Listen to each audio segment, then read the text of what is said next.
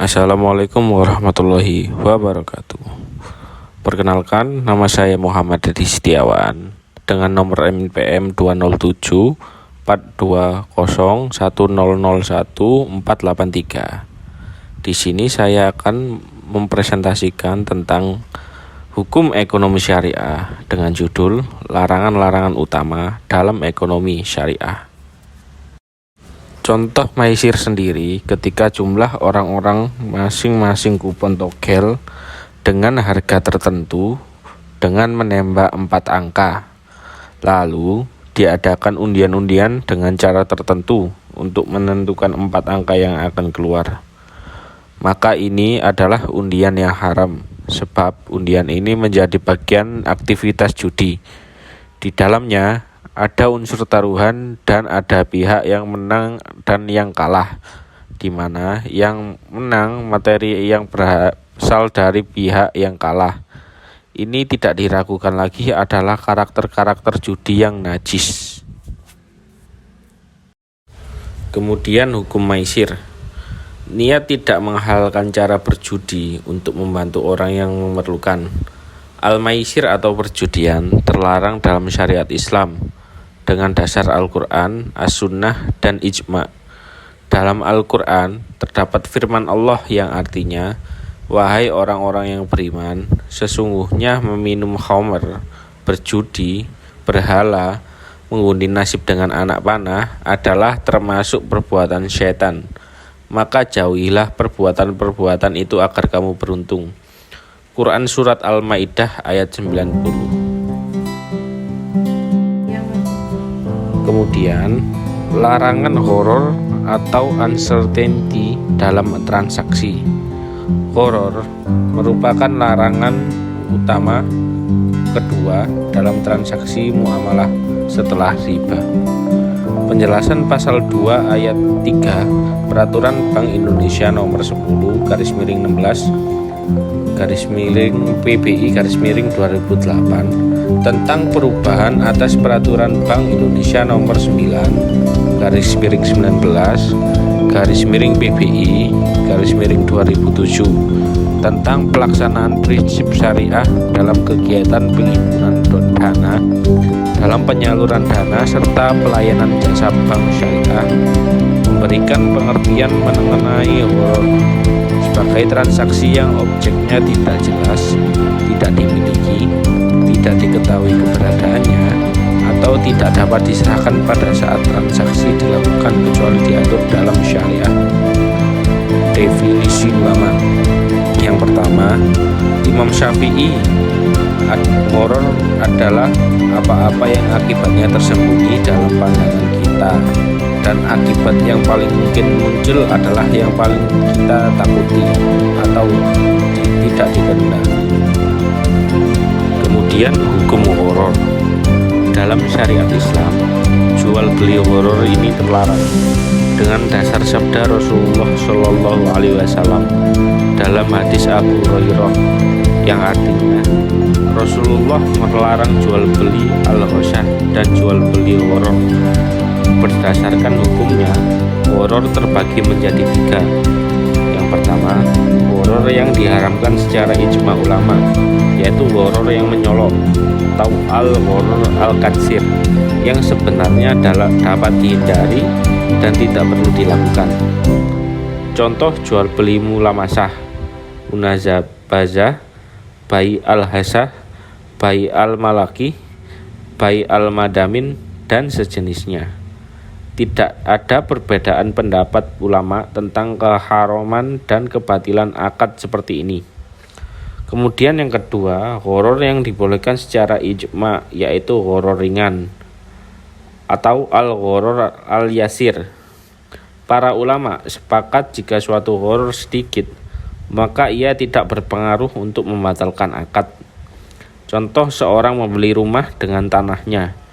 Horor yang masih diperselisihkan apakah diikuti pada bagian pertama atau kedua. Misal ada keinginan menjual sesuatu yang terpendam di tanah, seperti wortel, kacang tanah, bawang, dan yang lain-lainnya. Kemudian jual beli mulamasah dan munabazah. Jual beli berasal dari kata ba'a yang artinya menjual dan al-buyu yang artinya menukar sesuatu dengan sesuatu. Pengertian jual beli secara bahasa dalam lingkup bahasa Indonesia yaitu kegiatan tukar menukar barang dengan barang lain dengan tata cara tertentu, termasuk dalam hal jasa dan juga menggunakan alat tukar seperti uang. Jual beli yang dilarang terbagi menjadi dua. Yang pertama, jual beli yang dilarang dan hukumnya tidak sah atau batal, yaitu jual beli yang tidak memenuhi syarat dan rukunnya. Kedua, jual beli yang hukumnya sah tetapi dilarang, yaitu jual beli yang telah memenuhi syarat dan rukunnya, akan tetapi ada beberapa faktor yang menghalangi kebolehan proses jual beli tersebut. Yang pertama, mulamasah. Mulamasah secara bahasa berasal dari kata lamasa yang berarti menyentuh sesuatu dengan tangan. Jadi mulamasah adalah jual beli dengan sentuhan, sedangkan secara syar'i yaitu seorang pedagang berkata, kain mana saja yang engkau sentuh maka kain itu menjadi milikmu dengan harga sekian. Jual beli ini tidak layak dengan dua sebab. Yang pertama adalah jahalah atau ketidakjelasan barang, dan yang kedua masih tergantung dengan syarat. Kemudian yang kedua munabazah. Munabazah secara bahasa dari kata an-nabzu yang berarti melempar. Jadi munabazah adalah jual beli dengan cara melempar, sedangkan secara syar'i berarti seorang berkata, kain mana saja yang kamu lemparkan kepadaku, maka aku akan membayarnya dengan harga sekian, tanpa melihat kepada barang tersebut.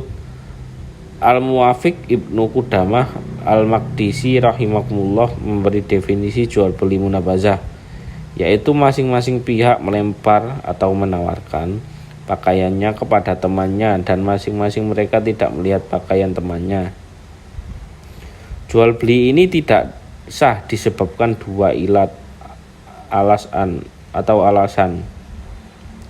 Yang pertama, adanya ketidakjelasan barang. Kemudian yang kedua, barang yang dijual masih tergantung pada syarat, yaitu apabila kain tersebut dilemparkan. Jual beli ini dilarang oleh syariat karena gambaran jual beli seperti ini akan mengundang perselisihan dan permusuhan antara kedua belah pihak.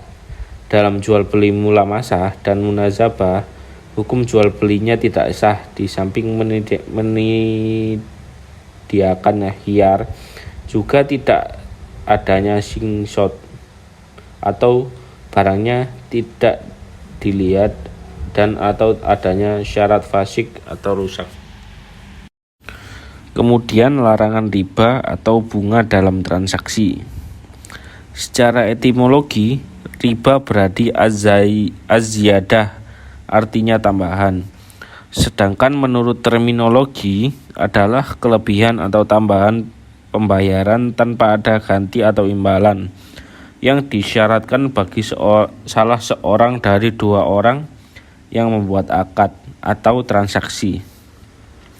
Di antara akad jual beli yang dilarang keras antara lain adalah riba. Riba secara bahasa berarti penambahan, pertumbuhan, kenaikan, dan ketinggian. Sedangkan menurut syara, riba berarti akad untuk satu ganti khusus tanpa diketahui perbandingannya dalam penilaian syariat ketika berakad atau bersama dengan mengakhirkan kedua ganti atau salah satunya. Hukum riba. Yang pertama, Surah Ali Imran ayat 130 yang berbunyi, hai orang-orang yang beriman, janganlah kamu memakan riba dengan berlipat ganda, dan bertakwalah kamu kepada Allah supaya kamu mendapat keberuntungan.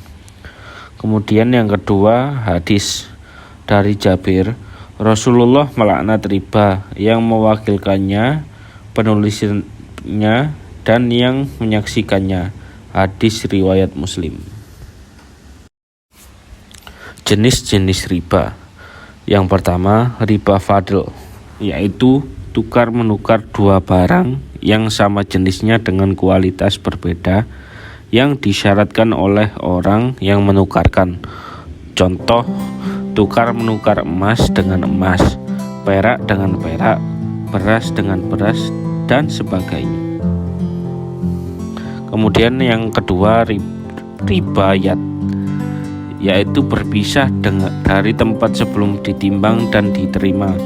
Maksudnya, orang yang membeli suatu barang, kemudian sebelum ia menerima barang tersebut dari si penjual, pembeli menjualnya kepada orang lain. Jual beli itu tidak boleh sebab jual beli masih dalam ikatan dengan pihak pertama. Kemudian yang ketiga, riba nasiah, yaitu riba yang dikenakan kepada orang yang berhutang disebabkan memperhitungkan waktu yang ditangguhkan. Contohnya, Aisyah meminjam cincin 10 gram kepada Aminah.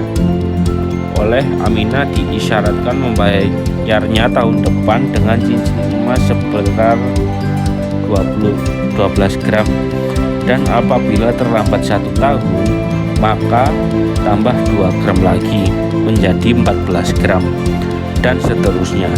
Ketentuan melambatkan pembayaran 1 tahun.